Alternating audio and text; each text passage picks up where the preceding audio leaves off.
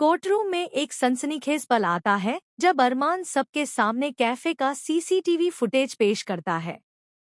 उसी फुटेज में गीतांजलि और क्रिश की मौजूदगी कैद हो चुकी होती है। यहीं से कहानी एक ऐसा मोड़ लेती है जो पूरी दिशा ही बदल देता है। अरमान पूरे आत्मविश्वास के साथ अभीरा का केस लड़ता है और उसे भरोसा दिलाता है, मैं तुम्हें इस केस से बाहर निकाल कर ही दम लूंगा। तुम बेकसूर हो और मैं यह साबित करके रहूंगा। लेकिन गीतांजलि बार बार अरमान का रास्ता रोकती है। वह उसे याद दिलाती है कि वह उसकी पत्नी है और उसे अभीरा का केस नहीं लड़ना चाहिए। अरमान भी दृढ़ता से जवाब देता है, शादी का मतलब यह नहीं कि तुम मेरे प्रोफेशनल फैसलों में दखल दो।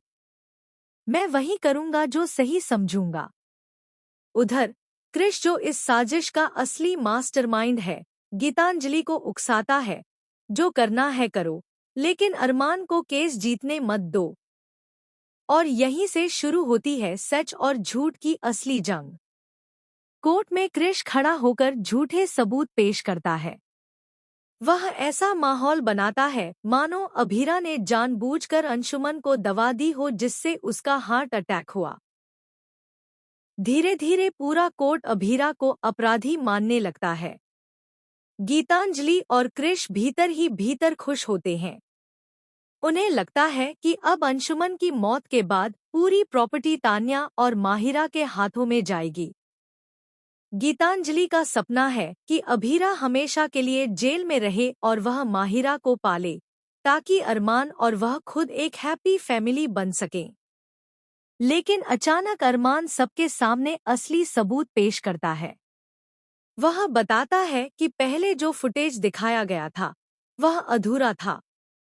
असली कहानी तो इससे पहले की रिकॉर्डिंग में है।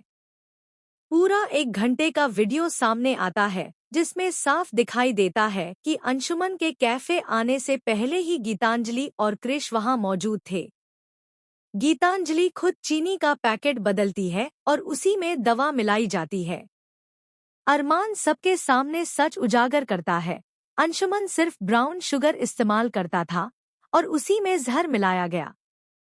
अभीरा ने अनजाने में वही चीनी कॉफी में डाली जिससे अंशुमन को अटैक आया। पूरा कोर्ट हिल जाता है। क्रिश के चेहरे से रंग उड़ जाता है। वह पसीने पसीने होकर घबराता है, यह कैसे हो गया? मैंने तो सब मिटा दिया था। यह फुटेज बचा कैसे? लेकिन अब बहुत देर हो चुकी होती है। अरमान के इस ठोस सबूत से पूरा केस पलट जाता है। फंसता देख क्रिश गीतांजलि का नाम भी घसीट लेता है। अब यह साबित हो जाता है कि साजिश में सिर्फ क्रिश ही नहीं बल्कि गीतांजलि भी बराबर की भागीदार है। कहानी उस निर्णायक मोड़ पर पहुंच चुकी है जहां सच पूरी ताकत से सामने खड़ा है और झूठ की दीवारें रह रही हैं। अरमान और अभीरा अब एक टीम की तरह इंसाफ की लड़ाई लड़ रहे हैं। दूसरी तरफ गीतांजलि और क्रिश का खेल खत्म होता नजर आ रहा है। अब सवाल यही है, क्या कोर्ट सच को मानेगा? क्या क्रिश और गीतांजलि को उनकी सजा मिलेगी?